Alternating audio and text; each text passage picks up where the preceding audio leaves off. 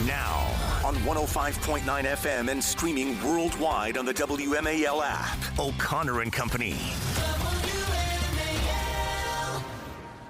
8:06. It's our fourth hour here. If you missed anything up until now, well, you've missed Grover Norquist about the tax cuts, Joe DeGeneva about all things Supreme Court and lawfare, and then Byron York just now about Doge and Elon Musk.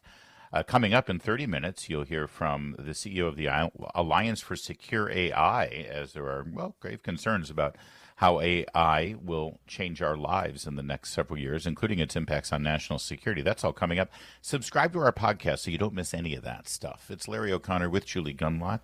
Happy Monday, Julie. Good morning. And a quick thank you, by the way, to Hans von Spakovsky for sitting in on Friday as I was celebrating our youngest child's graduation from high school. It's totally done now with those school obligations in my life as a parent. Everything else now is gravy.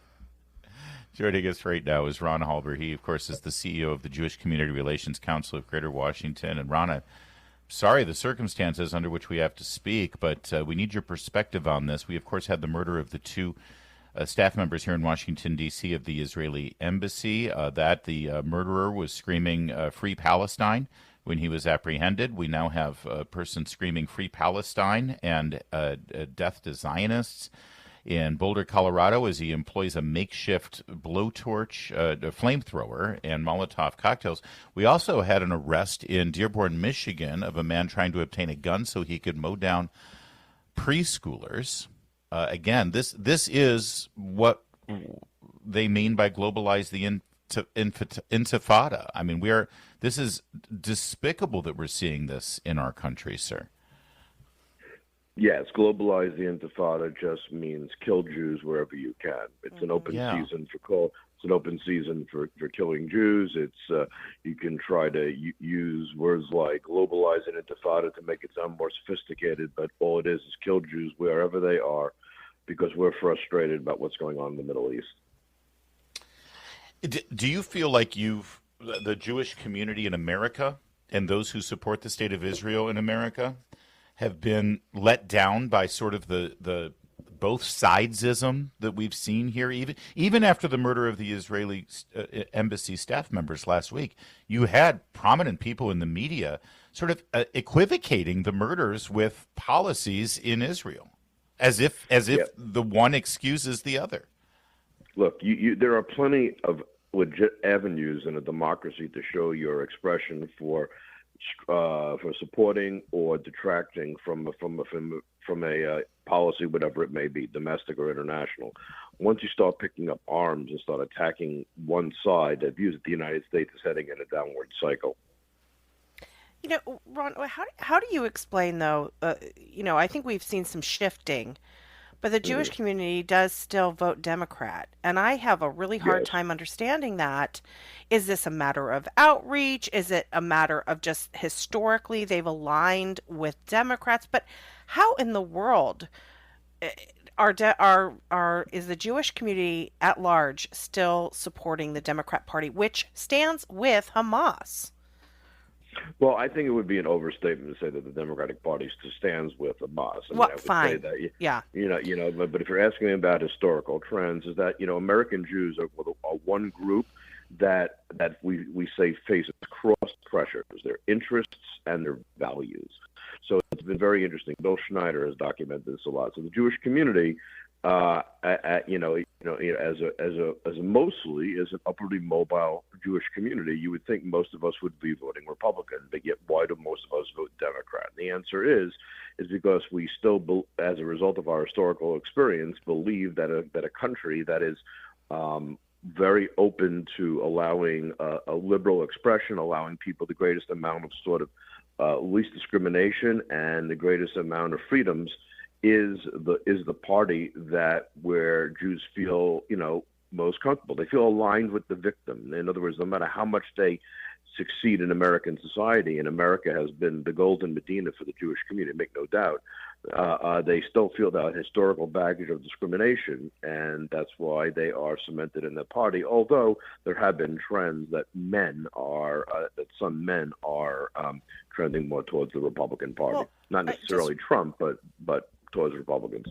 Just really quickly, though, just to follow up on that, I mean, the Democrat Party hasn't really been the party of free speech or, looking out for the little guy for a long time. I mean, that's sort of, I mean, you said it. You said that was historically the position of the left. And again, I ask, is this just, are they unaware of what the Democrat Party is advocating these days? I mean, again, I hardly think that they're the party of free speech and free expression.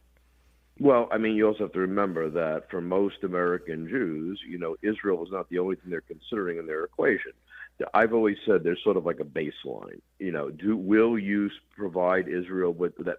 Most American Jewish voters, I think, there's sort of a baseline support they want for Israel. Will you support, Israel at the United Nations and the U.S. efforts to veto Security Council resolutions? Will you provide Israel the weaponry that she needs? And I think once most American Jews feel that common denominator has been made, they feel free to vote on other issues. I mean, for example, had Bernie Sanders become the Democratic nominee, I don't know if he would have seen the same amount of Jews turning up for Bernie because he's so hostile to Israel, or an AOC type or something like that.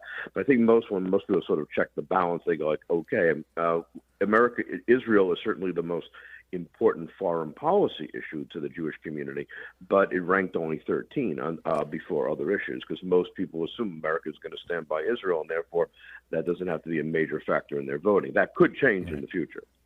After yesterday, you now see that we reached a point where if you go out and exercise your First Amendment rights to merely support the release of hostages, which isn't even a Zionist statement. It's just there are innocent people being held by terrorists, by Hamas, since October 7th, 2023.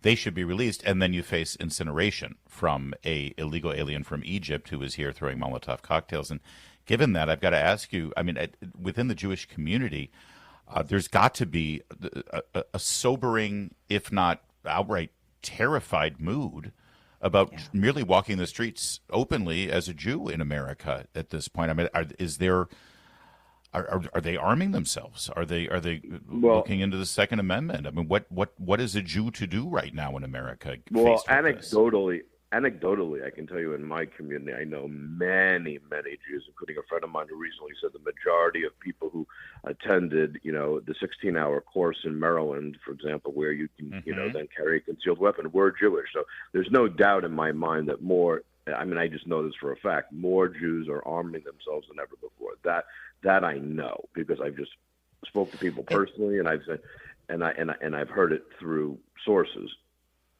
And when you hear the police chief step up after, we've all seen the video, he's screaming, end Zionists and free Palestine.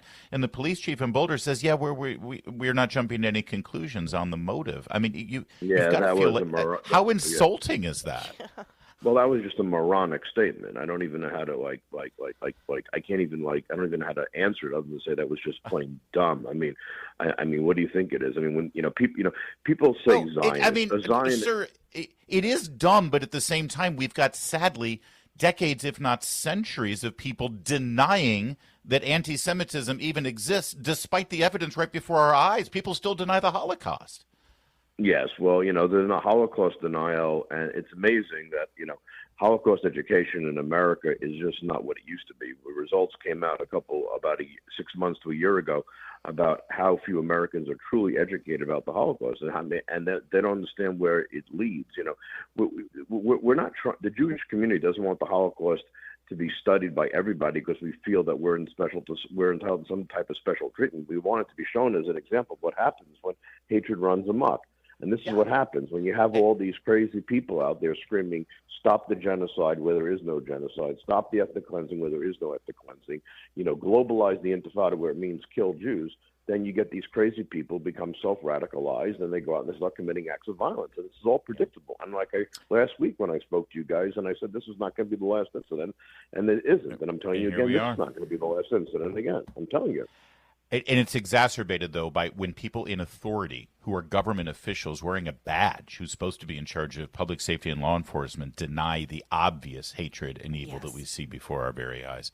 100%. But I can tell you, in the Washington area, immediately, I was the police chiefs in D.C. and in the surrounding suburbs immediately went ahead within 20 minutes of the attack, told me that patrols had already been increased around Jewish institutions. I just don't know if that kind of knowledge is evenly understood throughout America. I think the Boulder police chief may have been trying to be conservative and not trying to jump to any conclusions before the FBI pronounced it a hate crime, or pronounced it a terrorist incident. But that was a pretty dumb statement.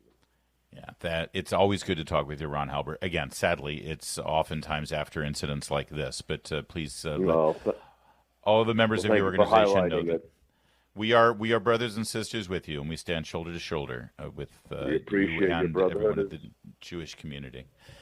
We appreciate your brotherhood and sisterhood at these times. Thank you, sir. Thank you, man. Sir.